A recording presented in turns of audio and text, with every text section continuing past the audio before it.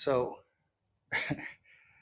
sometimes I make content or I push out information that is not popular, right? So I may get kickback from all the colleges and universities that I support with my fanfare, like football and basketball and those types of things. But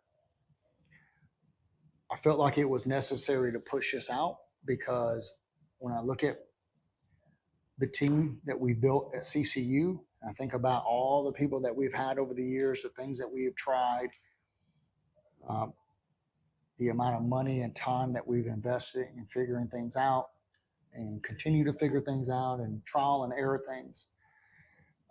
There's one thing that stands out to me when it comes to hiring. And I'm talking about hiring when you get to a point where you need to hire executive staff and start looking at growing your team on the top end, because there does come a time in most companies that they want to grow that ownership can't do it all any longer. And me, for one, even though this was my baby, this was something that me and a group of friends started together, I realized that it couldn't grow if it only depended on me. Yes, many studying, a lot of work in reading and getting advice from other owners that have done a lot more than I've done. One of the number one things that echoes in my head, I remember going to some training with the SBA. By the way, great resource, SBA, free resources. People don't realize how much is out there. I think I'll add that to my list of things and resources to give our business owners. But so shout out to the SBA. They'll give you free training. Some of it is paid, but the vast majority of it is free. And they have a lot of resources at each SBA office. And usually there's an SBA office in your area, just so you know. So I give you that. But also, one thing that I realized that when hiring executive staff, and I hired people with degrees and, were experts in their area, after hiring a number of those, and I started out with marketing, and that's just an example I'm using. I hired people with marketing degrees, and I'm not taking anything away from it. But as a small business owner, I didn't have a lot of money to invest in continuing to pay somebody that wasn't bringing results. And the problem that I found was in hiring people straight out of school was I had to spend as much time, if not more, either breaking habits or getting them to adjust to our industry. And because of that, I found that it was just better and it had bigger success when we were able to get certain skill sets and characteristics in a person and then build upon those for the job function that we needed, and not necessarily relying on the degree that they got or had in order to expect the results from that degree. And what I heard consistently from these individuals was the fact that they learned everything in the book, which was contextually based on everything else that everybody else learned. So they had a foundation, but then I still had to invest and spend the time in teaching and training them to relate that to our industry. And what I found was, and I hope Maya doesn't mind me saying this, but what I found was you find your biggest gems when you kind of dig through the coal a little bit. Because I take Maya as an example. She had some very great characteristics that I look for in a person that I work well with. And that was another thing, because this particular position required me to work very closely with this person. I also needed someone that I could get along with.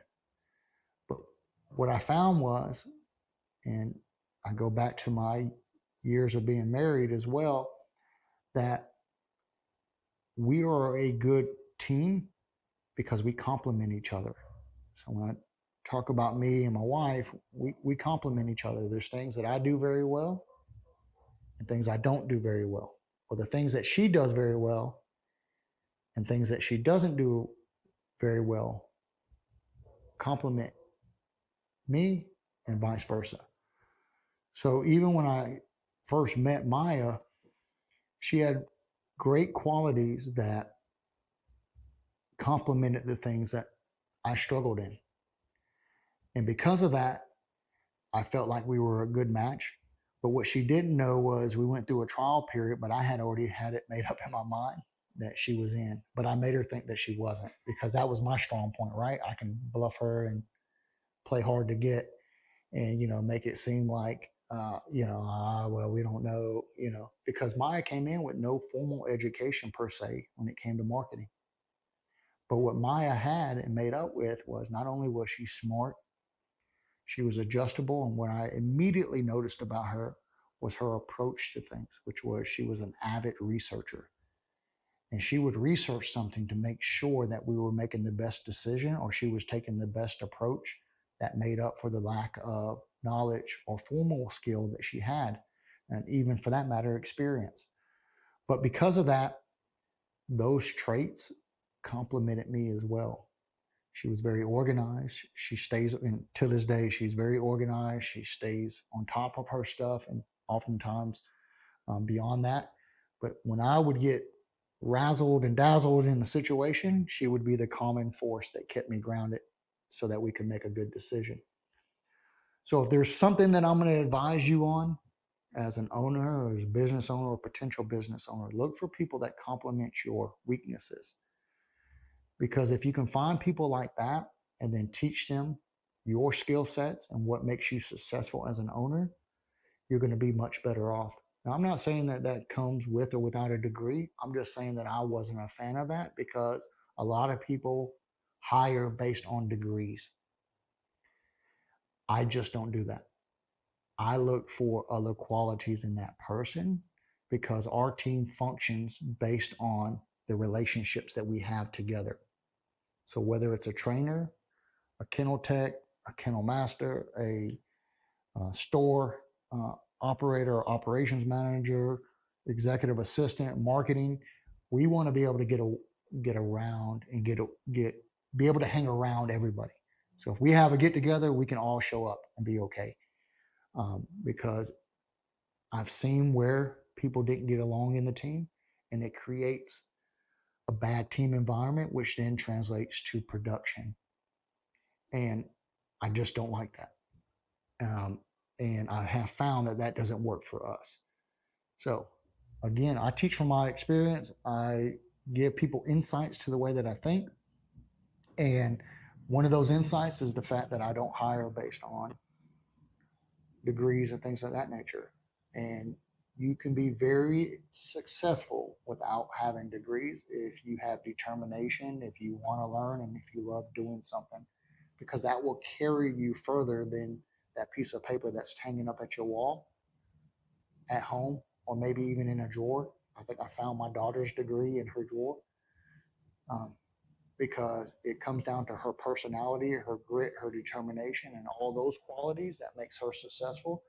Just like Maya, just like anybody else on our team, they gain success by their own determination and their own uh, the way that they are, the characteristics of why we hired them, not on their educational backgrounds and things of that nature. So, giving those nuggets, that just works for me. That has worked for me over the years, and I think that will continue to work for us. That's not to say that Maya may not change my mind eventually, but I think most importantly, we hire for the person versus what those skill sets are, because we can teach most of the things that we do if those qualities are in place.